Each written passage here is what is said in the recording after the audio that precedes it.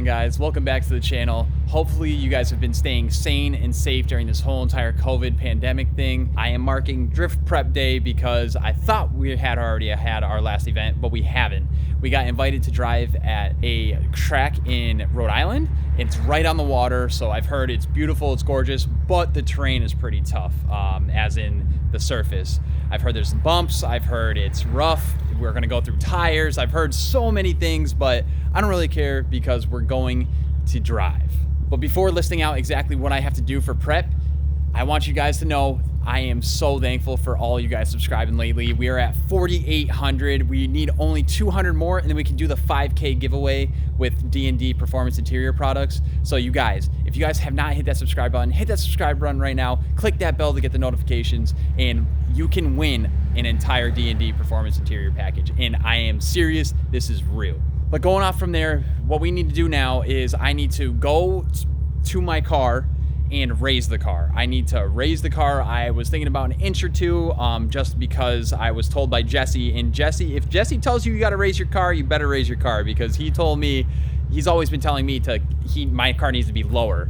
So for him to tell me, hey, you need to raise your car, it sends off a little red flag, but it is what it is. So that's what I got to do today. We're gonna do an oil change on the Daily Z, and then then we have to go get the truck and trailer after. So let's get into it. Alrighty, guys, so was able to stop at Walmart because they got a super deal right now on oil. So grabbed some oil, grabbed some more window cleaner for the vinyl, and now we're gonna start getting into raising this turd up. So again, just to show you guys fitment wise, I mean, I can just get my fingers through. I don't think really this has been the issue on this side for like rubbing and such. It's definitely been on this side. And I think it's just because of how like the fenders fit, but I can get my fingers through. But Jesse's like, dude, like this is going to be, it's going to be bad, like for bumpy wise. So he's like, raise it an inch, inch and a half, 2 inches, and just call it a day. So I might, now looking at it, since I do have a good bit of room here, I might just go like an inch, inch and a half and go from there. And you can see from the rear is where it gets a little dicey. Like I can't even get my finger through there, so I definitely got to raise the rear up a bit. You can actually see some wear where the tire was coming in contact with the fender. So, I mean, fitment's fitment, right?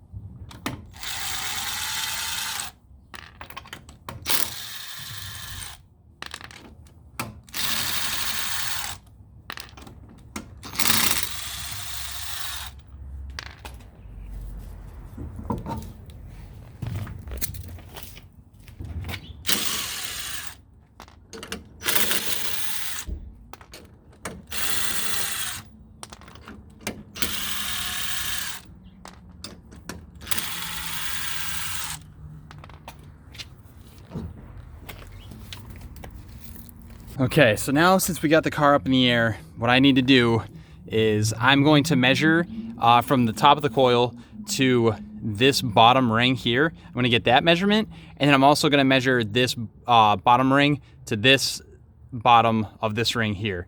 So this is just for if and when I am gonna lower the car again, that I am gonna have this exactly where I want this to be, because I like where it's at. So I'm gonna take a measurement on this side, take a measurement on that side, write it down, take a picture of it, put it in my notes and on my phone, and just leave it there forever. So again, like I said, whenever I wanna lower my car again, I know exactly where I need to be, and we should be good. So we're gonna do that now.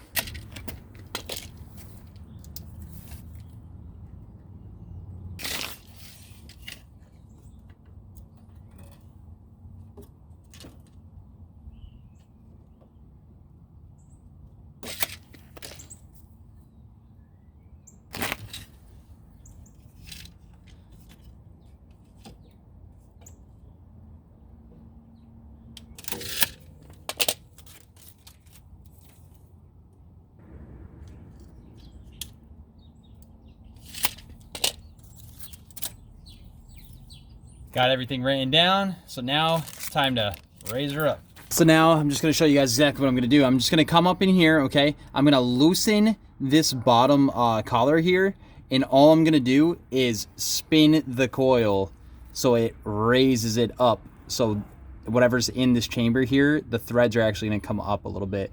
The goal is I'm probably gonna do an inch and a half to be safe, and then just leave it at that for now. Okay guys, so I raised it about an inch. So my marking was at an inch from the second collar to the third collar, and now it's 2 inches. So I raised the car an inch. I think I should be good there. I mean, that's a pretty substantial amount. I don't know, I might go an inch and a half or an inch and a quarter just to make sure, because like I said, I'd rather be safe than sorry.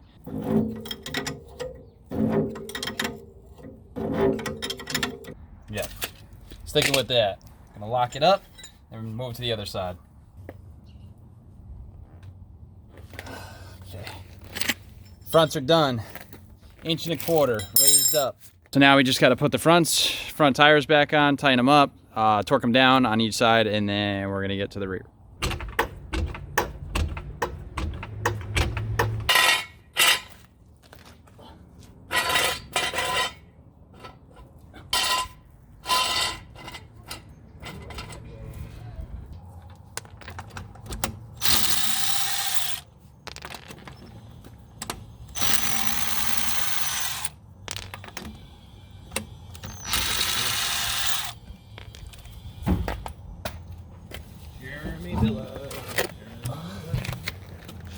Thing looks like a monster truck now.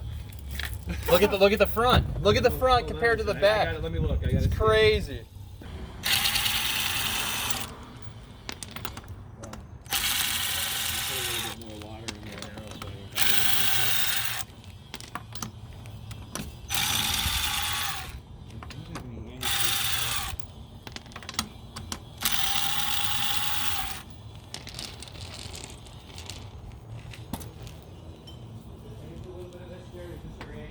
Yeah, go ahead. A little bit, and I can, yeah.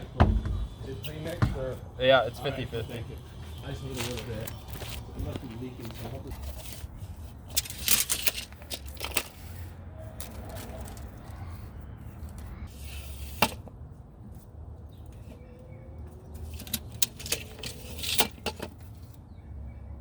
Just to show you guys, I went an inch and a quarter in the front, and it looks like a monster truck now. So I can almost get a fist in there. A little bit less than a fist, I'd say 3 fingers. So yeah, it should be good. Like I just want the car to be safe, so I don't really care, so that's fine. It's probably been the tallest the car's ever been since I've done anything. But so now we're just gonna get into this. Practically the same exact thing. I'm just gonna loosen up this lower collar here and raise it up about an inch and a quarter, and send it. Perfect. Done. Let's put the wheels on, put it down, let it sit for a little bit, and see what we're gonna be looking at. But I'm pretty sure we're gonna be looking like a monster truck. Okay guys, so finished project. It's pretty much even. The fronts are a little bit higher, but I have a lot more rubbing issues in the front than I do in the rear. So yeah, but it looks like a monster truck. Like the rears aren't that bad. They're not that, like, it's okay, but the fronts look like a monster truck. But it is what it is. I mean, I guess style isn't gonna be, I'm not gonna be looking good for this event, at least. I mean, it still looks good, but how I'm used to it and how I like it to look, it's not gonna be the same. But it is what it is. I'd rather, again, be safe than sorry than to have to deal with an entire issue with ripping my exhaust off or messing up my front end or suspension or whatever. I've heard so many different stories about this place, but I don't really care. Seat time is seat time, and if you guys are new into drifting and just overall ready to just drive and you don't care, then that's a good mindset. As much seat time as possible, because you're only going to progress as a driver. Again, my build isn't like a $70,000 build or 40 or even 30 or even $20,000 build, so I can take it to tracks where I can beat up on it a little bit. It's not a Porsche, it's not a Lamborghini, even though it's got Lambo doors and headlights. No, I'm just kidding.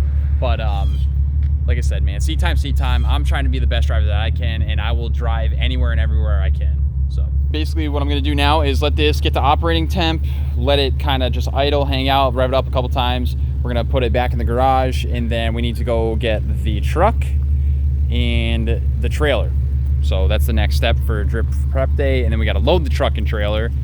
So we still got a few hours to get under our belts here. All right, guys, so the sun is down, the car's on the trailer, truck is all good to go. Now we just got to load up everything. I have my ramps and wood already from loading that up, but now we need to get the tools, canopy, and extra tires, and we are good to go. Alrighty, guys, so basically that's my drift prep day today. Everything is packed, loaded in the trunk. We are ready to go for tomorrow. With that being said, if you guys haven't subscribed yet, make sure you hit that subscribe button up here to put you in that 5K giveaway drawing.